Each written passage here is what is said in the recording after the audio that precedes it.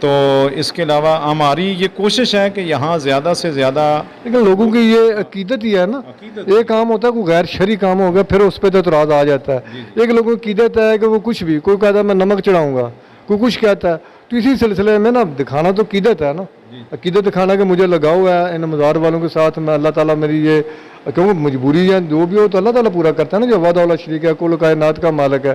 تو اللہ تعالیٰ کے آگے دعا کی کہ اللہ تعالیٰ میں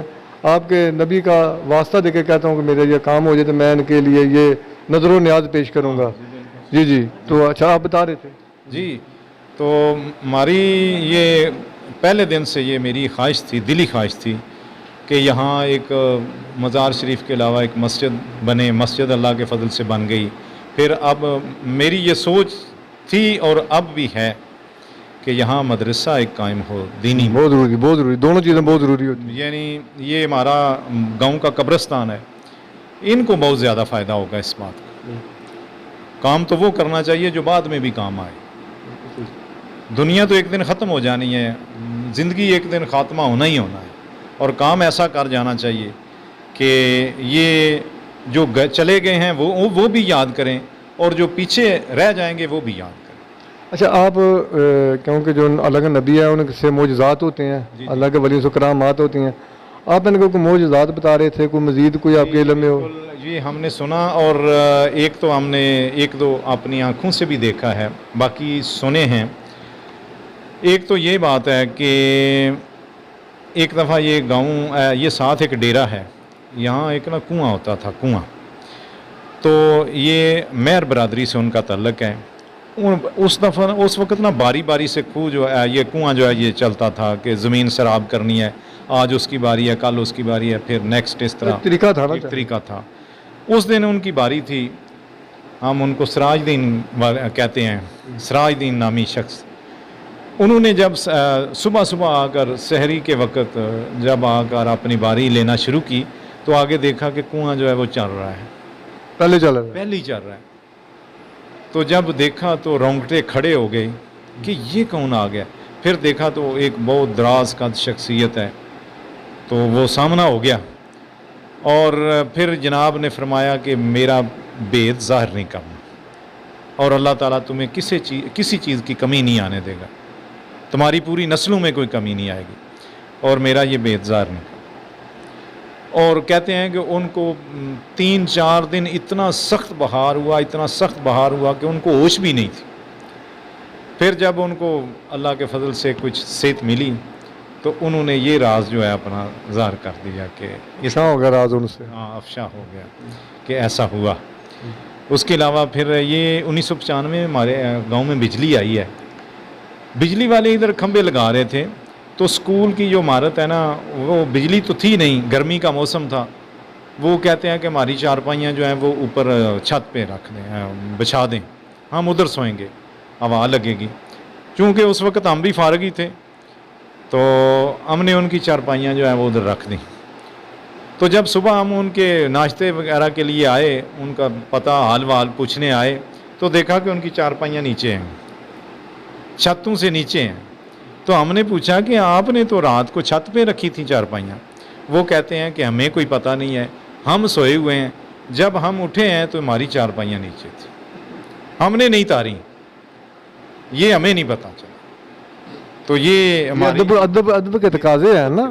جی یہ ادب ان کو سکھایا جا رہا تھا کہ نیچے رہیں، بے ادبی نہ کریں۔ اس کے علاوہ مطلب اور آزمائے ہوئی باتیں ہیں کہ لوگ اپنی کام کی غرض سے اپنی منت کے مانتے ہیں کہ یا رب العالمین اپنے اس نیک اور مطلب پاک بندے کے صدقے، یا تیرے نبی ان کے صدقے، یا اللہ پوری تو ہی کرنی ہے مراد، لیکن انہاں دے صدقے میری یہ مراد پوری کر دے تو میں فلاں کام ہے جڑا یہ کر دیاں دا، کوئی رفع عامہ دا کر، جس طرح کہ انہوں نے یہ کولر رکھا دیا ٹھنڈے پانی کا، اور یہ مسجد کا کام کروا دیا، یہ دربار شریف کا کام کر دیا، یہ سب کے فائدے کے لیے پنکھا لگا دیا، بجلی کا کام کروا دیا۔ یہ دیکھیں کتنا قیمتی کام ہوا ہے۔ تو یہ کروڑوں کے حساب سے ہمارا گاؤں جو ہے وہ غریب ایک گاؤں ہے، کوئی یورپ میں نہیں ہے، بمشکل ایک آدھ بندہ ہے جو وہ بھی کوئی 5-6 سال ہوئے ہیں، وہ باہر